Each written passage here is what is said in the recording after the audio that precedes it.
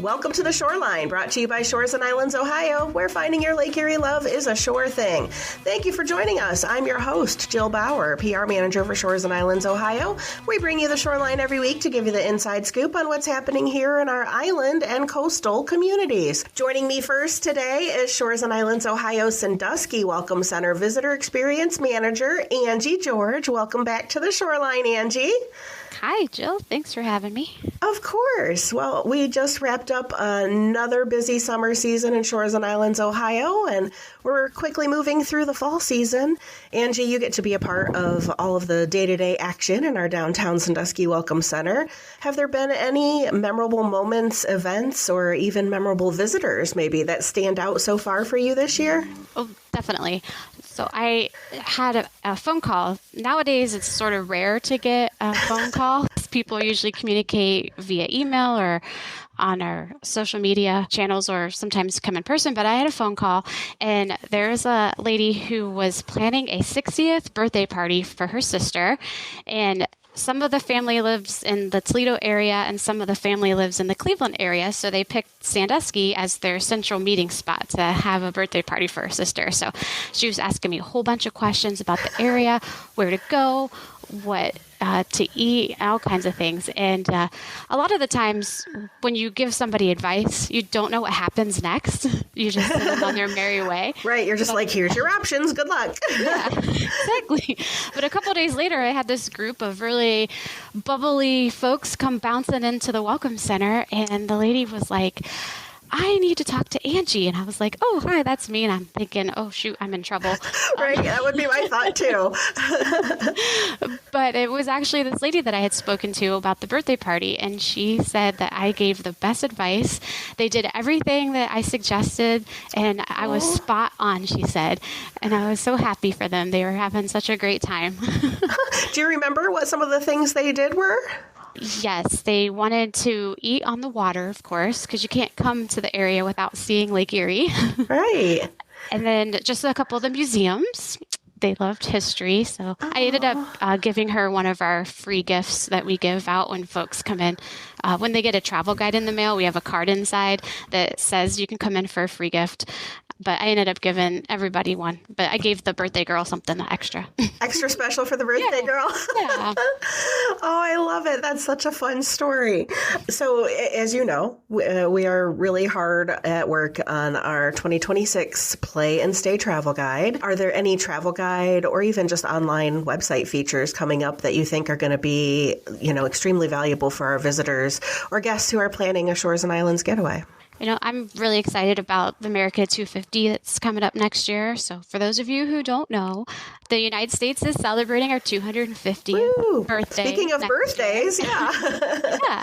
So we have a feature in our travel guide. It's a history selfie tour. It's something that we kind of just a little brainchild that we thought of. And what we're going to do is I picked historic sites throughout our area, a couple in each of our cities. And so we're going to have people go, and there's a little clue that helps them find the location. And then there's going to be a history fun fact. And then for those of us who aren't very creative with their artistic way, like me, there's a suggested selfie pose that you can do. Oh, fun. Yeah. And then we're going to have a hashtag. So you can hashtag and submit your picture on social media. And then when you get a certain amount of selfies, you can come into one of our welcome centers for a little prize. That is so fun. Yeah, that's going to be really great. And there's so many great historic sites in the Shores and Islands region, and a lot are doing some special celebrations for America 250. That is going to be it's going to be a really big year, for the whole country, for Ohio, and especially for our region. And Milan as well. We're going to be talking to the Milan Museum here in a little bit, and the Milan community is really ramping up with some activities that they're planning for America 250. So really looking forward to that. And that sounds like a fun way to, kind of immerse yourself into the local culture and still have fun taking selfies. Wanting like an interactive way, like you said, to engage and to connect with history. So I thought this would be a fun thing to do. Now, do you know, will that selfie tour or, I don't know, it's kind of a scavenger hunt, I guess. Yeah. Is that going to be available online, or is that just going to be in the travel guide? In the travel guide, we're just going to give you a few teasers, and then there's going to be a QR code that will send you to our website, and there's going to be a landing page on our website that will have the whole entire list on there. So you can do that at your own pace throughout the year. Awesome. Well, folks, look for that probably mid to end of January of 2026, and it'll be available for you throughout the whole 2026 year. So, Angie, finally, I know that you and Brian Shiflett in our Port Clinton Welcome Center, you guys plan a lot of great events aimed at bringing folks into our buildings and learning about our region. And I know, next week, I think, or maybe it's the following week, we are a starting point for the Downtown Sandusky Ghost Walks. Can you talk a little bit about that and any of the other events that you or Brian are planning for the upcoming season? So our Downtown Sandusky Ghost Walks, they start on the 25th of October, and they will run through the 29th of October, so the 25th through the 29th, and it starts at 5:30 p.m. from the Welcome Center in Sandusky. So we're at 125 East Water Street, downtown Sandusky. Doug Hewlett, he is a friend of mine, but he's also a paranormal investigator and a local historian. So he's going to lead everyone on a 60-minute walking tour of downtown Sandusky. And it is a mixture of ghost stories and curious sights, but you also do learn some local history of downtown Sandusky. And then it's going to end back at the Welcome Center, and we'll have hot chocolate and some snacks too for everybody. And that info is on our website under the events page. You don't have to have a reservation to do that, but we do ask that you come a couple minutes early just so you can pay. It's $10 per person, and it's a family-friendly tour, so nothing too gory. Good to know. Good to know. Yes. Not super scary, just kind of like, ooh, that's weird. Yeah, exactly. What else do you guys have coming up? In November, we have a couple classes here at the Sandusky Welcome Center. On November 14th, we're doing a sip, paint, and cocoa class at 5:30 p.m. And that is family-friendly. So it's kind of a spin on your traditional sip and paint, but instead of wine, we're doing a build-your-own hot chocolate bar. Fun. Yeah, that'll be a lot of fun. And we're going to paint mugs. Hot chocolate mugs. Of course. Yeah. And then on the 21st of November is a cookie decorating class. And that I just scheduled yesterday, so I'm really excited about that too. That one is Cookies by Mo, I believe is the name, but she is going to be here at 5:30 p.m. on November 21st. And that is going to be a lot of fun too. Yeah, I think, didn't we have a cookie event last year that was really popular? We did. Yep. Yeah. A different person. So if you attended it last year, it's a whole different cookie, whole different new designs that's doing it. Yeah, different designs. So you won't repeat anything. Well, that's fun. And that info is on our website. We actually have our events page, but then under the events tab, we added a holidays tab. So if you click on that, it'll list just all of our holiday events for the whole area. But our Welcome Center events are also included in there. Which are numerous, the holiday events for the area. We're starting to promote those and gather those things up, and it's going to be a very, very busy holiday season to look forward to. So as a reminder to our listeners, you can always find all of those events, things that Angie's talking about, all the details on the holiday things that are coming up on our online events calendar, which of course you can find at shoresandsislands.com. One more thing, Angie, I wanted to give you the opportunity to talk about an event. I know you were telling me that you're doing an event at Lime Village for the Halloween season, I guess, kind of Halloween related. Angie, for the folks that don't remember her being on the program before, she also does a lot of living history major in college and loves to do that. What's the name of, is it North Coast Narrative? Yeah, good memory. Yes, our living history group is North Coast Narrative, and our event is Echoes from the Beyond, a journey through spiritualism. Ooh. And that's going to be on Halloween night from 7 to 9 p.m. At Lime Village in Bellevue. Yeah, at the mansion. It's a 1880s mansion.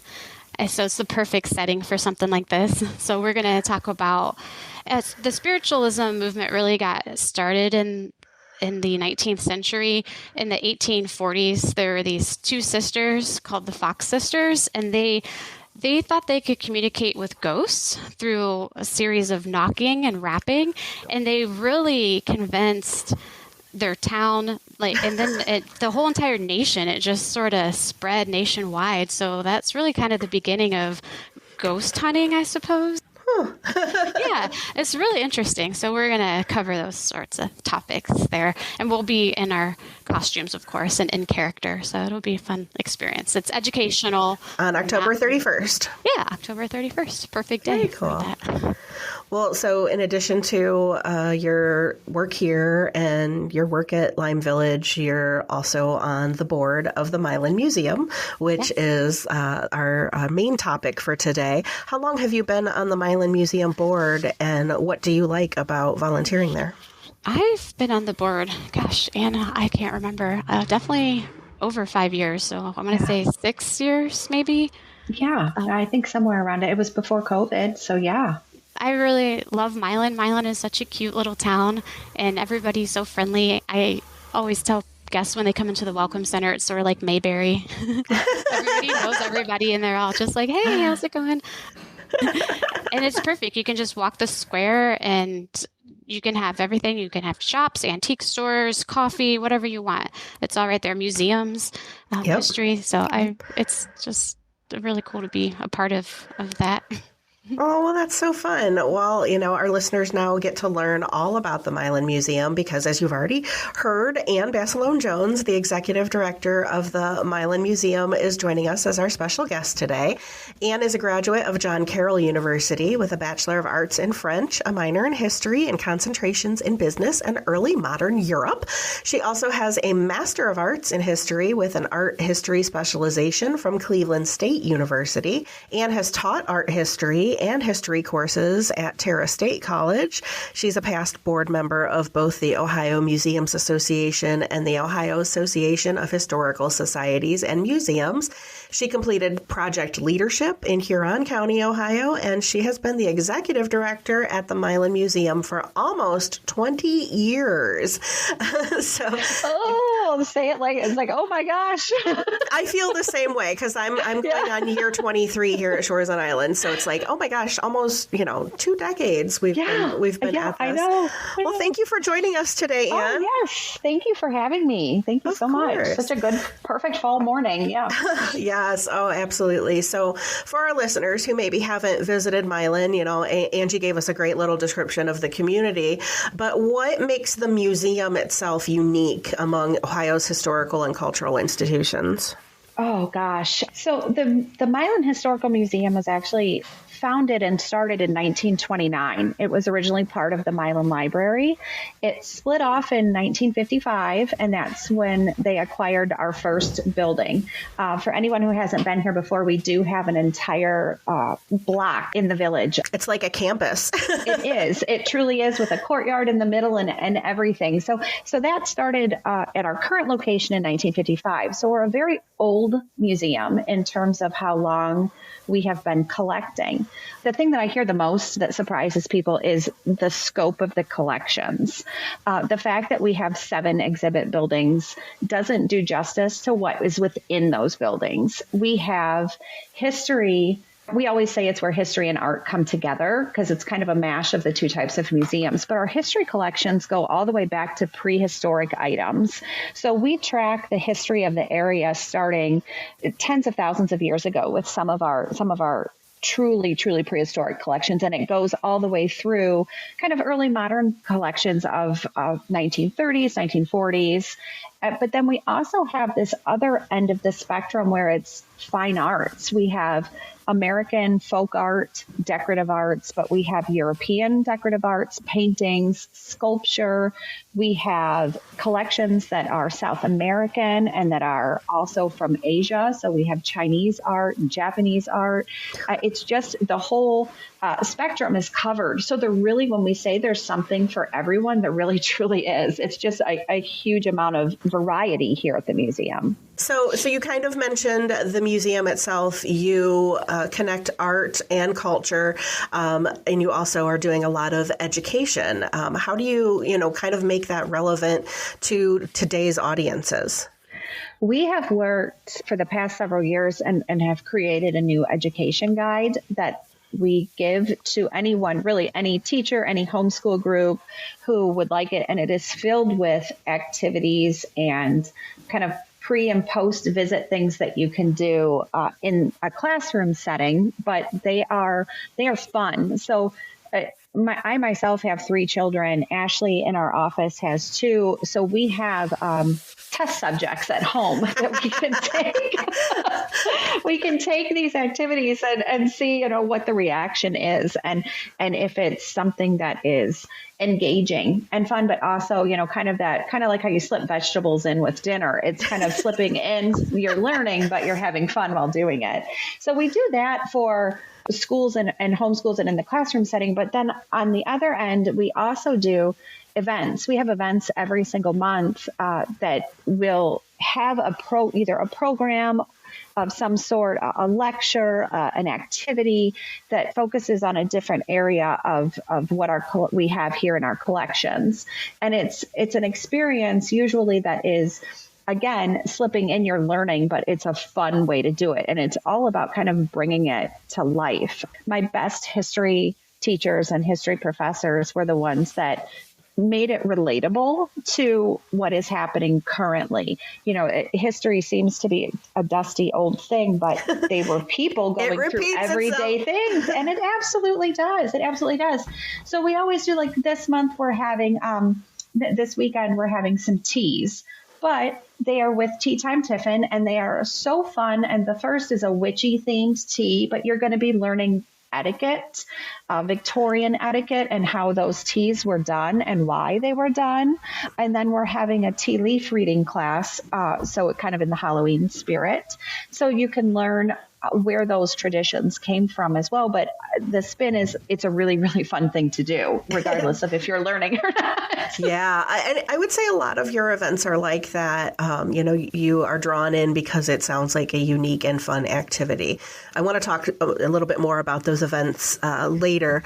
But first, I wanted to ask you, we joked about being there for nearly 2 decades. But do you remember, what kind of drew you to the position? And then, like, how do you stay passionate about it after all this time? My background obviously lends itself to, I've always loved history. I've always loved art. I have loved museums my whole life. I did have an early modern, so I was like Renaissance and Baroque. So the American history I love. And it was a kind of a new frontier for me to kind of dig into. I was born and lived in Sandusky until I was a teenager and actually graduated from Edison High School. So Milan, for me, when I interviewed for this job, it was kind of a little bit of coming home for me because I had spent my teenage years here and had it was just a wonderful place to grow up. And when I was able to see the scope of what was at the museum and what could be done for the community and to help revamp the collections and just truly get it up to where it could be. And in the displays and in the programming, it was something I knew I really, really wanted to do. That being said, after almost 20 years, there's still a lot to do. So that's where the passion keeps me going, because I know that this collection and what this museum has to offer is so amazing, especially in this area that has wonderful history and wonderful museums, but it has it's just that scope that it has and the different avenues that we can focus on and do with the fine art and the sculpture and the oil paintings and glass and all of these different things that you really don't get outside of a bigger museum in a bigger city. So it's kind of we kind of call it this big city feel museum in a small town. So it's the best of both worlds, really. Yeah, I would agree with that, too, because while you definitely get the historical aspect of it and you have the historical collections, I would agree with you that what's really unique about your museum is the connection to the arts as well. Yeah. But you mentioned you went to Edison High School, so we would be remiss not to mention to our listeners that Thomas Edison, the inventor, was born in Milan, Ohio, and there is another museum just down the road. I mean, you guys are like literally within a stone's throw of the Edison birthplace, so it's really a two-pronged historical punch there in Milan. It really is. It is, and it's wonderful. Mm-hmm. How do you balance that, acknowledging Thomas Edison as being part of Milan's history, but also not, stepping on the toes of what they're doing down the street? I think we're just fundamentally different, not in our mission statements, because the mission of any museum is to educate. Mm-hmm. But we do a lot of joint things as far as the school tours that come. A lot of schools will go to both museums. And the nice part about it is because we were founded in 1929, like I said earlier, and the birthplace was started to be a museum in 1947. So we do have a small Edison collection here because of people donating different things. We don't touch as much on his inventions so much after he left Milan, because he left Milan when he was only 7. Right. He came back through, but we focus on the history of Milan and what brought the Edisons here. Mm-hmm. What it resulted, the same thing that brought them here, the Milan Canal, was the thing that had them leave because it was prosperous. And then when it wasn't, they left and followed more work, as most people did. So the tours that we give, we try not to overlap too much information, but try and really build each other up and supplement the different things, because our collections here were a result of the wealth and prosperity that happened due to the Milan Canal, which, that's two-pronged too. So it brought people like the Edisons, his father was a shingle maker, but it also brought great prosperity to some of the investors and to some of the bigger business investment people that invested in that endeavor. But it also, until it didn't. Yes, exactly. Until it didn't, which is why, that his family, they left to try and find work in another area. And the people who had invested and didn't remove themselves at the right time. There were people that lost a ton of money, but there were also people that were smart and kind of moved on to other things. But that wealth and that prosperity is the reason why we have our museum as well as that museum. So they go hand in hand. They really, really do. And we're very fortunate. We have a wonderful working relationship. Like I said, it's a small town. Everybody knows everyone. But for the visitor, we do offer a reciprocal discount for visitors who choose to tour both museums. And I think the experience that you get is so different at both places that it's worth going to both for sure. Oh, definitely. So, speaking of the Milan Canal and that history, you guys are also part of the America 250, Ohio's 250 Trails and Tales Lake Erie to Ohio River Tour. Yes, it's a mouthful. Yes. Yes, it really is. And that's part of a statewide initiative to celebrate America 250 in Ohio and to tie different entities together throughout the state. But you guys are a part of it because of that canal history. So can you tell us just a little bit about that? Sure. I mean, I know. I'm like, it was until it wasn't. So why did it stop being prosperous? And what do you have on, what kind of exhibits do you have on that? Mm-hmm. So Milan, it's funny. We get people that come and say, why do you have, maritime items around? You're so far from the lake, right? So that opens the door to, do you have 10 minutes? I can tell you. So when the first settlers in Milan, what happened is we're in this region that is very fertile. And we know, with it was just this wonderful wheat growing region. And what they figured out, they were very, ahead of their time, very smart. Now, the whole state of Ohio at this point, this is 1820s, 1830s, they were talking about the Ohio Canal, obviously. And these entrepreneurs said, well, hang on a second. So Milan is 3 miles off of the Huron River. We could dig that. We could make a canal connecting us to the Huron River so that the ships could get from the lake down the river and into Milan. And then Milan, being a little bit south, was a faster journey for those carriages and wagons that were bringing wheat from the south, from the farms in the south, all the way down to the Mansfield area. Yeah. And they decided to incorporate and really surveyed it and figured out how to do it. So it took a long time, and it took a whole lot more money than they were anticipating, like most things in life. But they did that. They dug that and had the 3-mile canal created to link to the Huron River.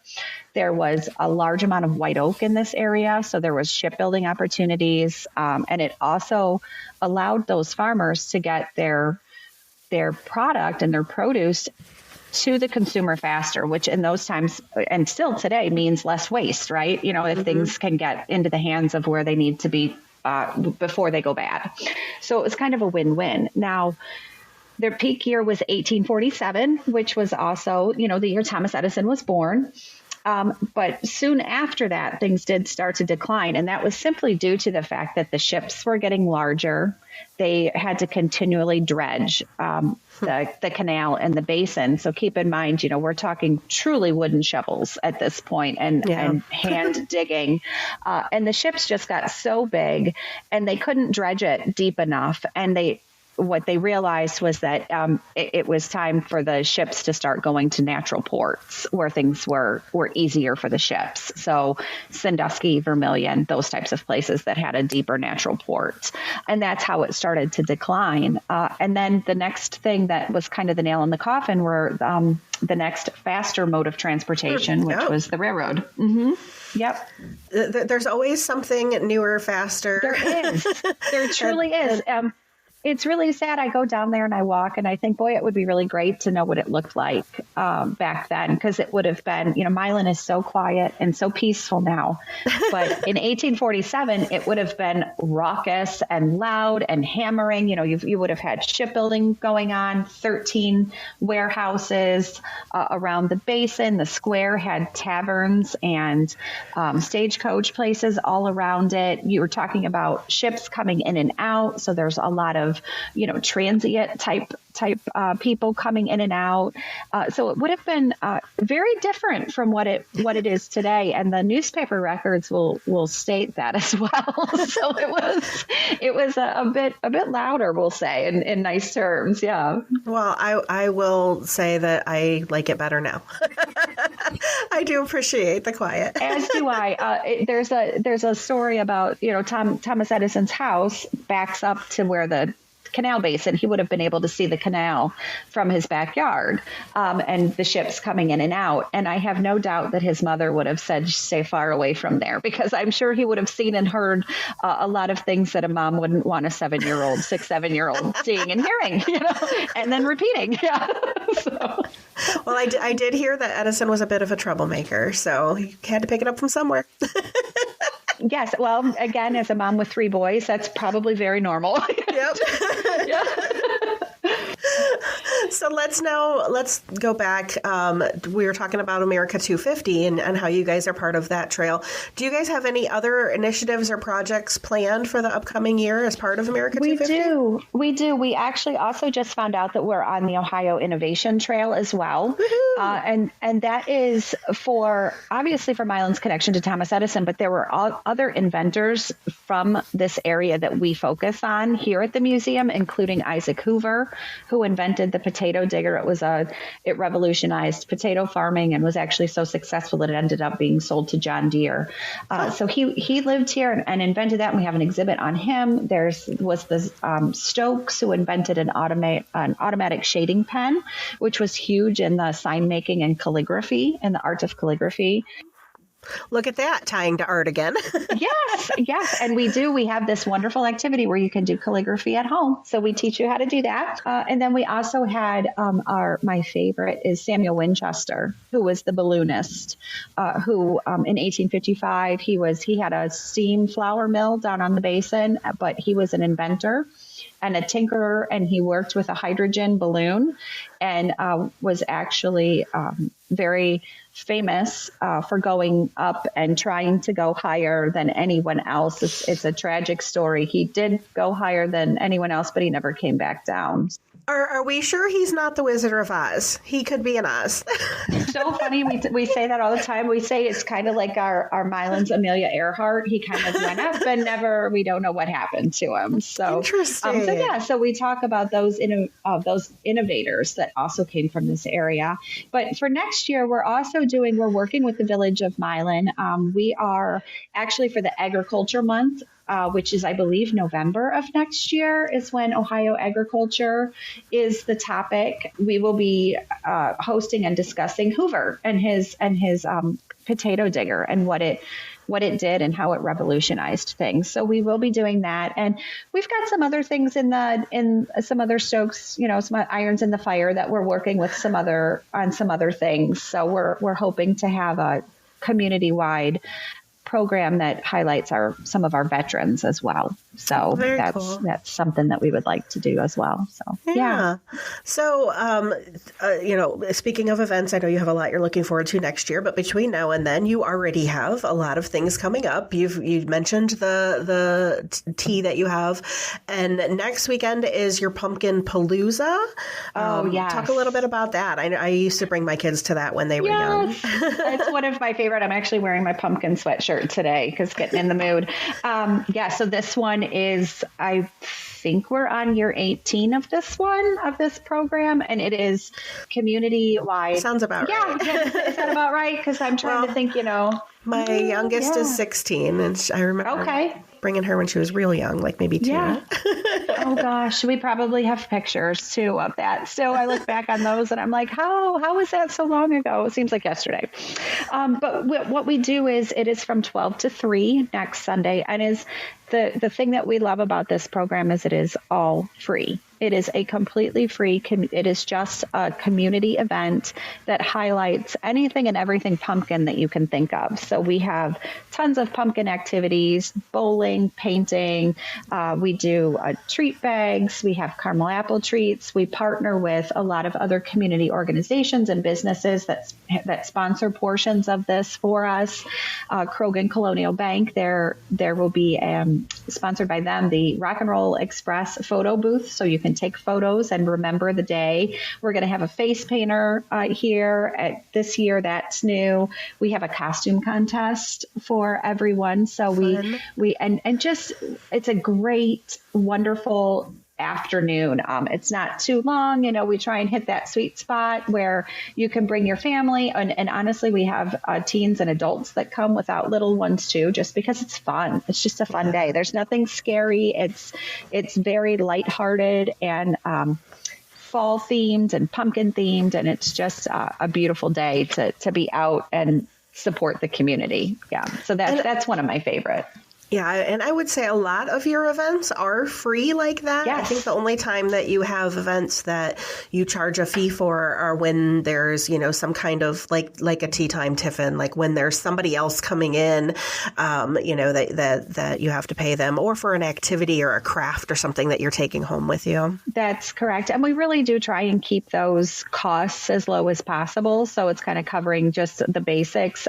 But there are reduced prices when you're a museum member. So there's benefits to having a membership to the museum, which does include reduced prices on those paid for programs as well. So it's one of the best benefits actually of being a member is taking advantage of those, and the gift shop sales too. Those are pretty amazing. Well, yeah, I wanted to talk about the gift shop because you guys feature, some like custom locally inspired items, which can be just like great souvenirs, but they can also be great gifts. And with the holidays just around the corner. Yeah. What are some of your favorite finds in the museum store, or what are some of the best sellers? We have some of the most fantastic gifts, like the Milan Brewing Company. So we had a brewery here for 100 years. We do our big beer tasting, which was last month, which is our fundraiser. But we always create these custom items and reproductions from the Milan Brewing Company. So we have a lot to pull from, because again, it was on and off in production for 100 years. But we have these awesome, anyone who has a home bar, we have things that are just really cool. You can't find anywhere else, barware, apparel that have those logos and different things on them.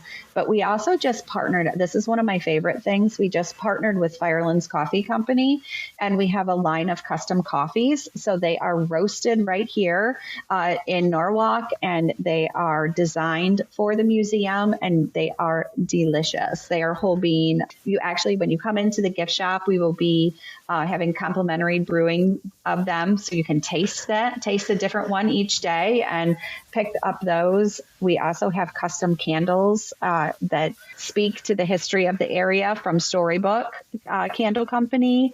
We have these awesome custom sodas. So if you love Milan, if you love Thomas Edison, if you have someone, a family member who lived here and moved away, there are some of the greatest options for keepsakes and, someone in Milan loves you type gifts. And just, they're really, it's a really unique, there's unique options that you just can't find anywhere else. So it's a great gift shop.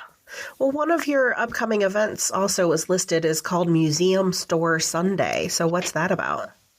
So we partner, that is a nationwide initiative to where it's promoting really, go to your, museums have great gift shops. They have, these things, again, that you can't find anywhere else, really specific to people. I shop in our gift shop all the time because I sometimes forget how many things we have, and everyone, it ticks something for everyone on the list, because we do have a huge selection of art items and history items and glassware items because of our glass collection and apparel. But yeah, on Museum Sunday, it really promotes shopping in those areas. We also have coming up on our second Sundays, which are every second Sunday of the month is a free day. We will be starting on those days. We will be starting a special museum discount day that goes hand in hand with that. So you can tour the museum for free and then also get a discount on museum purchases on the second Sundays as well. So that's very cool. I love promoting the gift shop because it's the gift shop and the memberships that we offer. Those are how we are able to offer so many free community events throughout the year. And unless I don't want to forget our monthly art kits that are free too. We create those, and you come into the gift shop and you can they change each month, and it's just a little way to say, art is wonderful. It can be therapeutic. It can, it just does so many things for so many people, and we offer those free, and they change each month. But the gift shop is a way, and again, the memberships and some of the paid programs and fundraisers, that's how we offer that to the community. And it's just some of the things that I love the most are those opportunities for people to come and see and do. Mm-hmm. Well, talk a little bit about the cost to visit and your hours or your typical seasonality. Now, our office, I do have to always preface, our office is open Monday through Friday because, but for tours, we do change every couple of months. We kind of do in our slower months in the spring and in the winter, it's Fridays, Saturdays, and Sundays from 10 to 5. But in the spring and fall, it's Thursday through Sunday, and in peak of summer, it's Tuesday through Sunday. So it's the best thing you can do is, if you're interested in touring, is to check out our website or our social media to verify, or give us a call, give the museum a call, and we'll let you know what the hours are. We're always open. You can always make an appointment for a group of 10 or more. So we do group tour as well as school tour pricing. So that's a reduced price for those two types of groups. But our adult tickets are $17. And we do offer a family pass, which is 2 adults and up to 3 children for $45. And that's kind of one of the best things. And again, reciprocal discounts with the birthplace. And that includes if you're an adult, $17, that includes all 7 buildings. There's not any additional costs to go into any special exhibits or wings or anything like that. So it covers everything. And what about membership? Our membership levels, we have several different membership levels. We have a student and a senior rate of $25. An individual is $40. Families are $75. And then our sponsor of history is $100. So they're relatively inexpensive as far as membership goes. When you think about it, and each level comes with various benefits, and again, not only the benefits, but also on the back end of supporting all of the initiatives at the museum as well. So looking ahead, Anne, for what's next for the Milan Museum, do you have any upcoming projects or anything you'd love to see come to life in the next few years? Oh, yes. I wish everyone could see the color-coded binders that I have in my office that break down. Angie, can you confirm? Oh, yeah. Anne has a lot of really great ideas for sure. There's things that we're working on right now. We did this wonderful sensory path throughout our courtyard this past summer, and that is the step one in revamping our courtyard into this magical space. We have a music garden, giant musical instruments that will be installed. We're going to have community art programs that are going to go into that space. We're going to expand on the sensory path to make our grounds a community space. We have these wonderful giant chessboards and checkerboards. So the grounds, that's one huge project that we have. We're going to be revamping our history exhibits in one of our buildings just to add some more things, tweak things, expand upon, especially for next year for the 250th. We're going to be expanding some of our military history exhibits. Our Newton Arts building, that would come next, where we're going to be revamping the second floor of that. We're finishing up some things in our folk art galleries in the Galpin House, and those are all just the tip of the iceberg.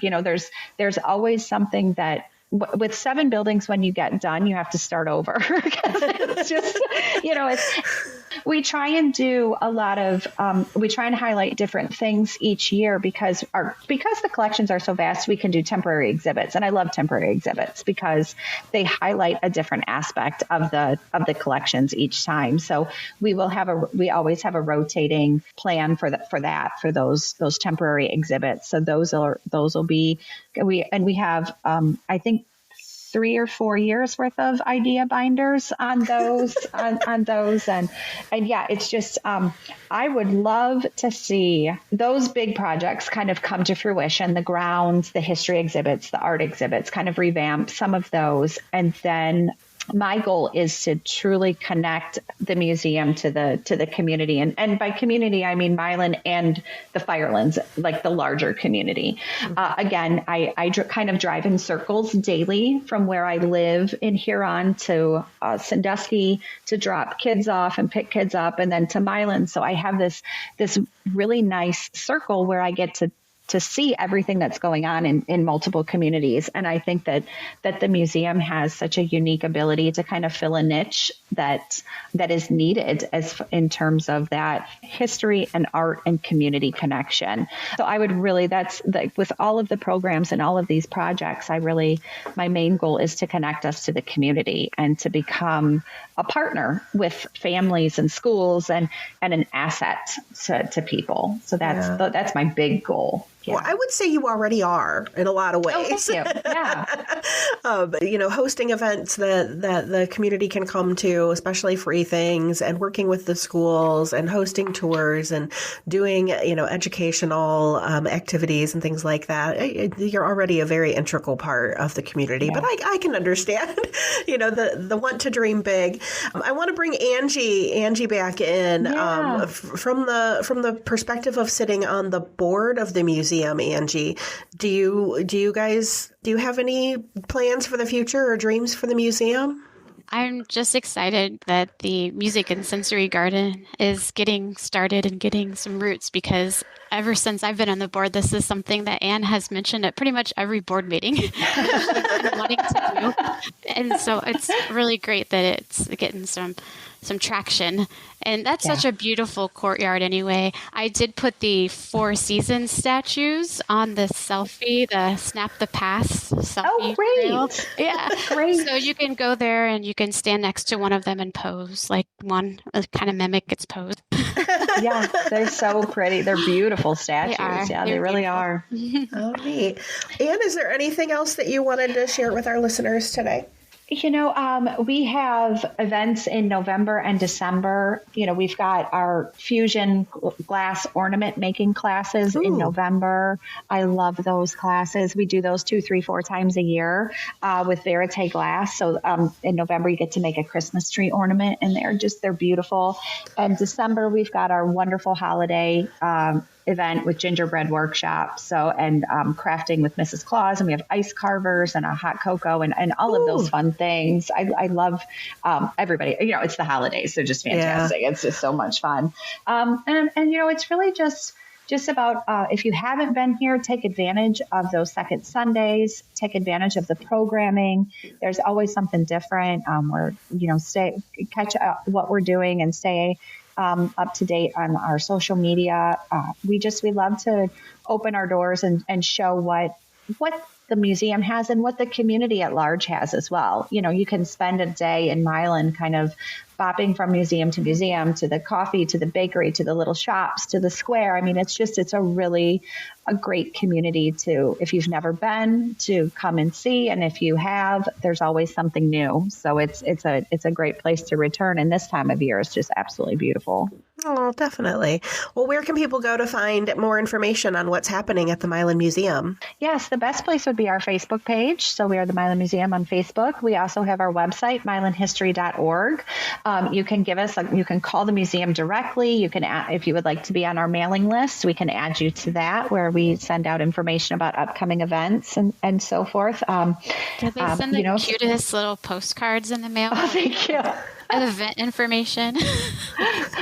I love those postcards. Beautiful. And thank you. I will relay that message to Ashley. She works on those as well. So it's a good way to stay in the loop too, if you kind of get inundated with social media stuff. So we can mail that directly to you. Yeah, I love getting those in the mail. Yeah, I know. They're really fun to design. Nice reminder. Yeah, I bet they're fun to design. It is. I'm this is not going to be surprising because I work in a museum, but I'm a paper person. Like, I have an old fashioned paper calendar with highlighter all over it. Same. I can't go anywhere without it. It's like my lifeblood. But yeah, so these postcards, I have them clipped into my calendar all the time. And I think I'm trying to think of, Angie, what some of the other things. This is a new thing for us that I forgot. We are now a vendor on Zola, the wedding website. I learned about that through my nephew and his new wife, who just got married this past summer, because we do offer our courtyard for weddings and interesting receptions, weddings, parties. Those be a beautiful shower place, or baby shower, wedding shower. Because the courtyard it's private, it's beautiful. Yeah. And we've hosted weddings before, and that's something that we're going to try and kind of grow on and expand upon in the future as well, because it's such a beautiful space. What was that website? Zola, Zola. So we are a vendor on that. Yes. I had to learn that from the younger generation. I said, what is that? Always stay connected. That's right. I'm like, help your old aunt. Yes. Well, that's perfect. So, Ann, one more time, will you say what your website is for more information? It is milanhistory.org. And we are also Milan Museum on Facebook and Instagram as well. And our direct phone number is area code 419-499-2968. And we would be, if you have any questions, or if you would like any information or to be added to that mailing list, you can connect to us on all of those platforms. And we also have all of Milan Museum's events on our events calendar that Angie and I plugged at the beginning. So you can always go to shoresandislands.com and find those details as well. Well, thank you for joining us today, Ann. Oh, thank you for having me. This is a lot of fun. Thank you. And Angie as well. Thanks for helping out. Thanks for asking. Again, special thanks to Ann Basilone-Jones of the Milan Museum and Angie from Shores and Islands, Ohio, for joining us on this episode. As always, thank you for listening. If you enjoyed this podcast, please be sure to like and subscribe wherever you listen to podcasts so you don't miss a minute of the action here in Shores and Islands, Ohio. You can also find more information, including past episodes of The Shoreline, online at shoresandislands.com. We'll see you next time on The Shoreline.